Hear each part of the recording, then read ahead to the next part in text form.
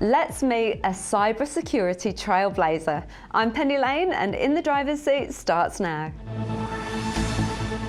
Welcome to In the Driver's Seat, where we delve into the lives of extraordinary individuals who drive their industries forward.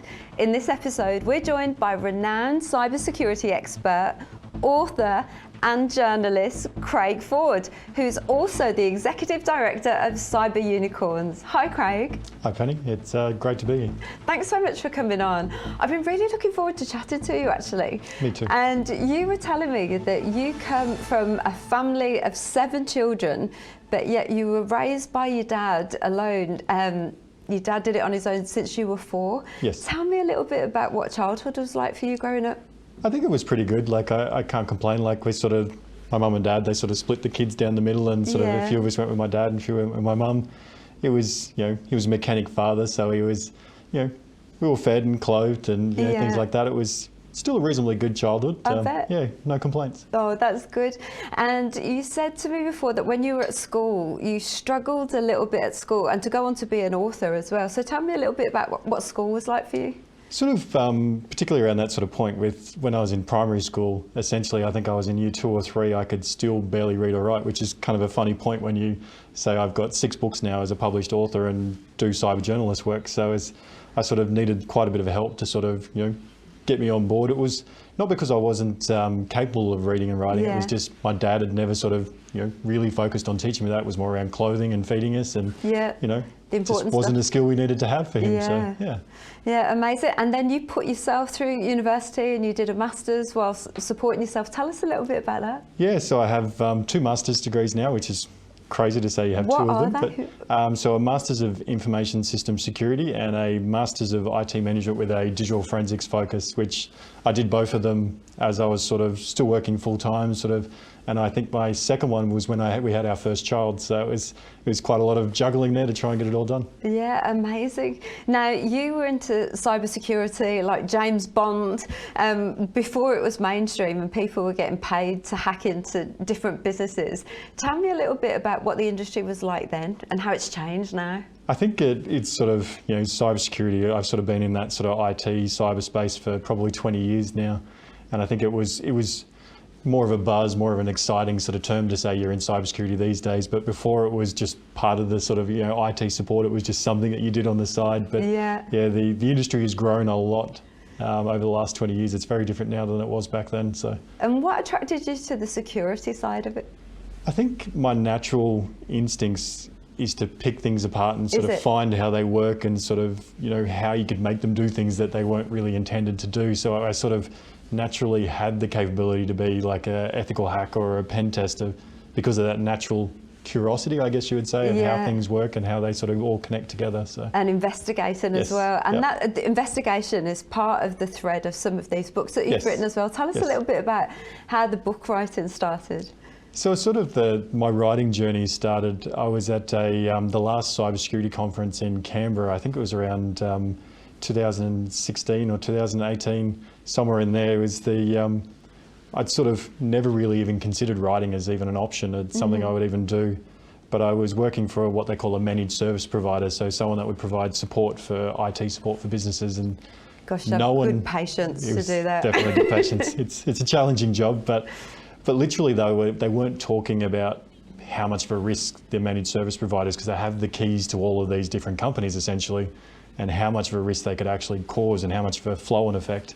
So I pitched an article to CSO Online after the conference because I could see the problem that no one was talking about, and I just wanted to try and get that out. So. And was it that ease of understanding? Because it seems so complicated, doesn't it, to so many people, it does to me. It does, and I think that's probably why I've sort of continued to do it, because I had that natural ability to make the very technical things nice and easy to understand. So it sort of continued to flow, and it just, I quite enjoyed the process. So. Yeah, and so the thread of the first series of books, who's that aimed at?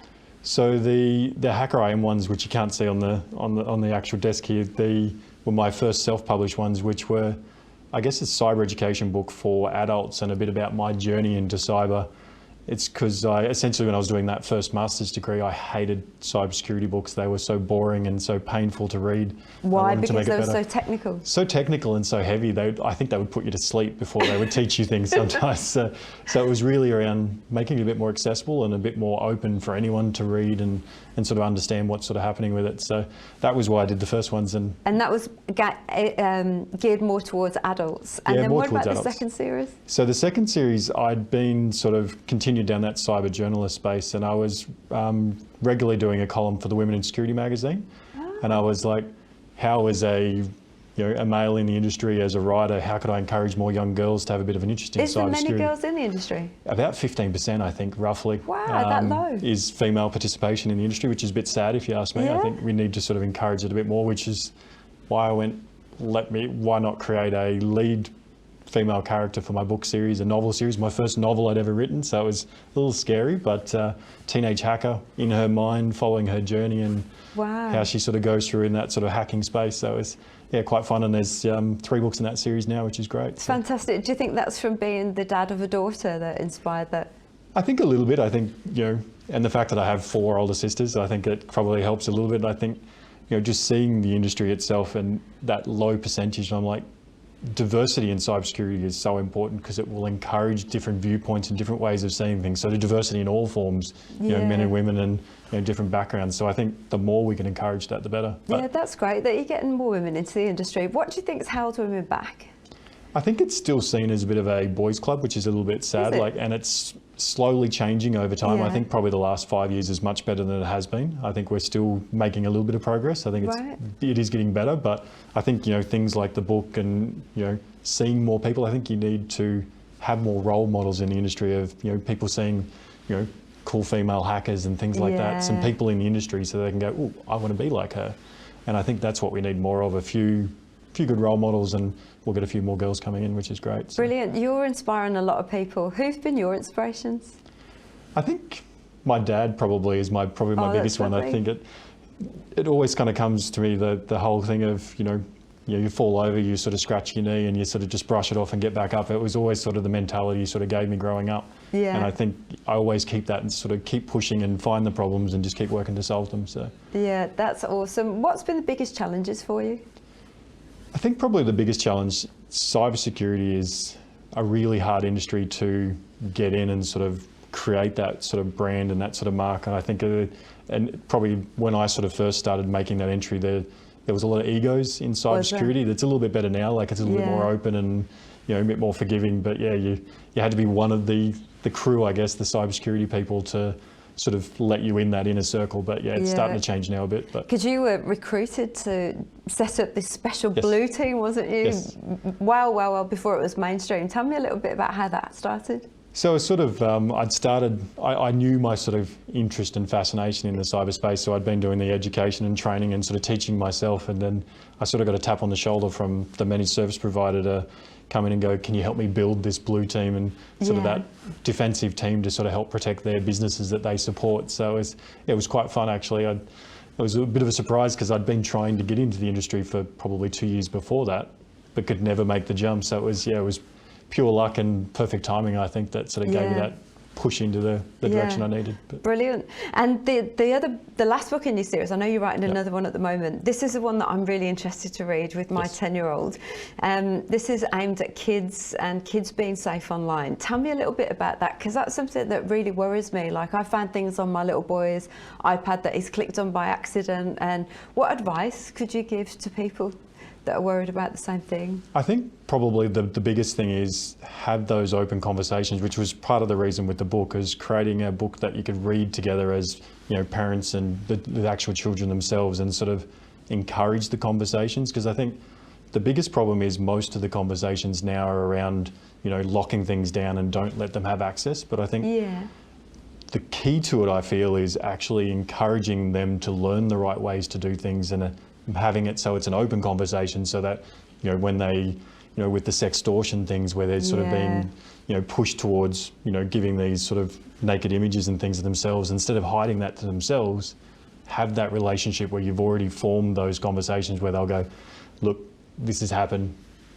I need some help, and have those conversations. So I think give knowledge and help them sort of learn, things like the book. There's lots of resources, like eSafety has some, and a few other organisations. And I think give them the knowledge and then help them down that path to, yes, they'll still make mistakes, we all do. Yeah, we all do. But then at least when those bad situations happen, we can prevent some of those sort of incidents from some of the suicides and things that happen from those poor kids that go through those sort of issues. But if we start those conversations hopefully earlier, we can have some of that education, and then they'll go, look, I am in a bit of a pickle here, can you help me with this? And feel more comfortable and not hide it as much and not as ashamed about it. So I think that's key. When we were growing up, there's no social media or any of that, so you might have a bad day at school, but you go home and you're on your own, and then it's all forgotten by the next day. But you're taking school home with you, aren't you, if you've got access to all those things as well? Particularly with the cyberbullying kind of topic, I guess they sort of, like you said, they literally, when we were growing up, you could go home, like you said, and it was disconnected. You're fine till the next day, and you can sort of refresh and reset.